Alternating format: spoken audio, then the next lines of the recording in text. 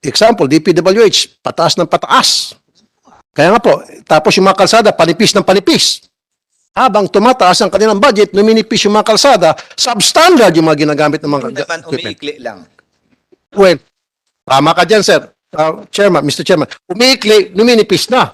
Umiikli na, numinipis pa. Yun eh. And then, sila yung tinatambakan ng napakarami bilyones na budget. Samantalang mga agency na equally important as well, ini-slash lang ng budget at will. Kung kailan lang na gustong i-slash, mag-i-slash lang sila. Yun Actually, unfortunately nakakalungkot, Mr. Chair. I promised Senator Tulfo that we would sit down soon because one of the major reasons why I think it's easy to source out funds is if you look at the absorptive capacity of the agencies, sa laki ng mga budget nila, hindi naman nagagamit na pwede naman gamitin yung fiscal space to fund, for example, LEB or other concerns. For example, ewan ko lang, under the helm of Secretary Vice President Sara Duterte, the school building program is delayed by 2 years. We allocate approximately 30 billion every year to build new classrooms, pero delayed siya by 2 years. Sayang yung fiscal space of 60 billion, hindi naman pala nila may implement this year, tanggalin na muna this year, gamitin na muna nila yung pondo last year, implement it, then you have that space that you can reallocate. And that happens almost every year. Kaya lang, pangit tingnan dahil in-slash mo yung school building program. But then again, hindi naman nila mga gastos talaga eh. That's why year on year, we keep on extending the validity of the budget because they can't implement the budget. I'll answer Yun that. nga, Mr. Chair, they were given the budget that they requested, just like you mentioned sa DepEd, hindi nagagamit. Whereas, itong ibang mga agency tulad ng LEB, nagsubmit din sila ng budget na kailangan talaga nila, and yet ini-slash. Yung mga hindi nangangailangan, nagsubmit na hindi naman talaga pala kailangan hanggang sa naging unutilized yung budget na ibinigay. Nasasayang. Sana, ibinigay na lang sa mga agency tulad ng LEB na every single cent ay magagamit nila yung budget na yon na isinabit nila. I will check. work with Senator Tulfo to see that that will happen in the 2024 budget because 2023 budget is too late already to change or discuss. It can only be done via supplemental budget, which is rarely done, if at all. But to answer, Attorney Bad, the reason is all of a sudden DPWH required soil testing. Before the construction of any school, soil testing must be made and therefore, nagturuan sila, saan kukunin yung perang dyan? Wala naman din sa program. So nagturuan sila ng mga 1 taon sa walang nagawang bagong school. In the middle of it, nagpalabas ng bagong order ang DepEd na dapat maliwanag na nakatitulo yung lupa ng eskwelahan na tatayuan sa DepEd. Ang problema, mga 80% ng mga lupain na kung saan nakatayo yung mga eskwelahan, nawala na nung principal na nag-retire yung titulo, dinonate pero nawala na yung deed of donation. So legally, they cannot construct the school building on this parcel of land that is not yet titled in the name of the government. So, yan. Galing mo, Mr. Sakit ang Chair. ulo, no? Tama nga naman. Expose yun. Sakit na ulo, no? So we passed a law on the titling of DepEd lands and authorizing them to expropriate, but it's still taking them time. I think they're only at 30+% as of last time I was here 3 years ago.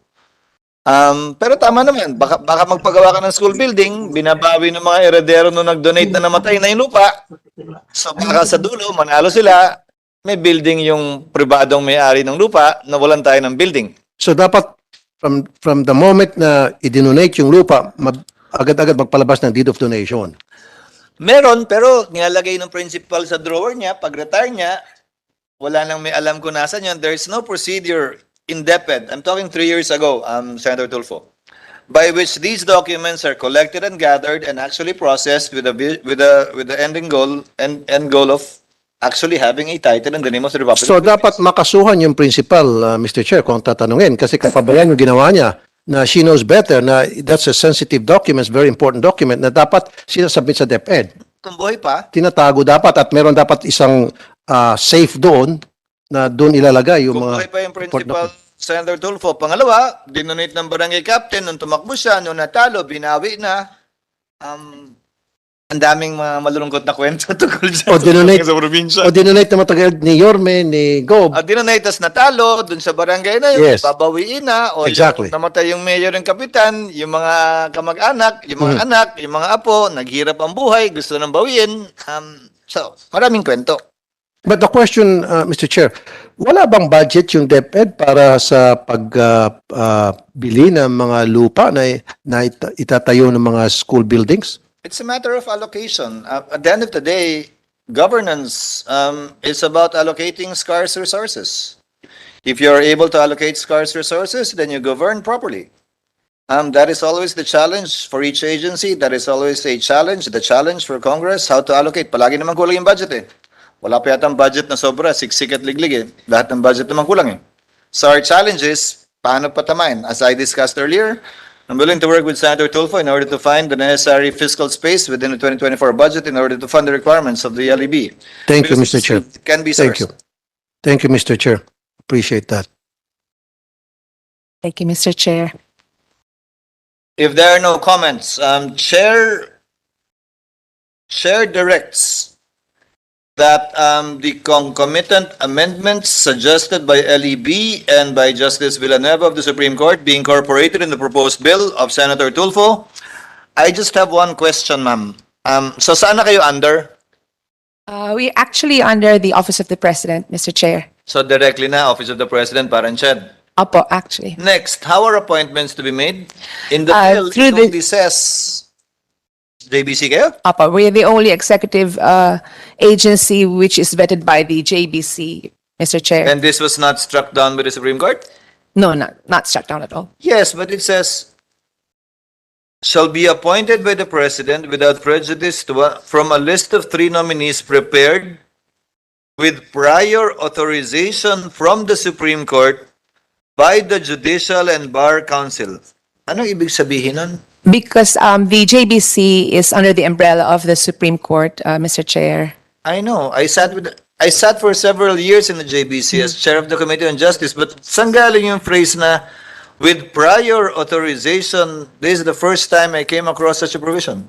I think that's in the original. That is in the original law, po, Mr. Chair. That's not. Yes, but JBC nyo na, ganun na. The Chief Justice sits as chair of the JBC, right? Yes. He's supposed to speak for the entire court.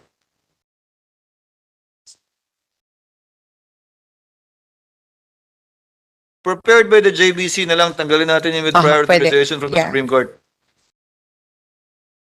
Because it means it's subject to a resolution by the court. En banc, Correct. Yes. in theory. When in fact the court en banc is represented by the Chief Justice in the JBC. In fact, his votes reflect that of the justices. We agree, Mr. Delete. Chair. Delete, yes. Secretary is directed to take note. It will be deleted. Now, where does it say here that you are now under the office of the president, or it's just silent with respect to you being under CHED for budgetary purposes? Well, because I think under the administrative code, if the agency does not, if the organ of the government is not reporting to any, then Yes, you but are where does it under. stay here? It's also silent, Mr. Chair. Kindly work with our staff. Specify nyo na that the LEB shall be under the office of the president. The office of the president has about 70 offices anyway under it. This will only be one of them. CHED is one of them too. Pakituro na lang sa amin kung saan mo gusto ilagay yan. Where are we? Not necessary now. Kindly work with our staff, with the committee. We will do that, Mr. Chair. Any other changes or amendments, Senator Tulfo, that you would like to make? Okay na, Mr. Chair. Pakituro na rin sa amin kung saan lalagay yung Sharia, yung sabi ni Justice Villanueva. Strengthening of Sharia. Yes, we will do that, Mr. Chair. Because it was not mentioned in one of the slated purposes of CHED, of LEB. Wala na po, Senator Tulfo. Wala na. Thank you so much, Mr. Chair. Thank you po. Chair hereby orders that Senate Bill number 1653 in consolidated with Senate Bill number 1639 is hereby approved.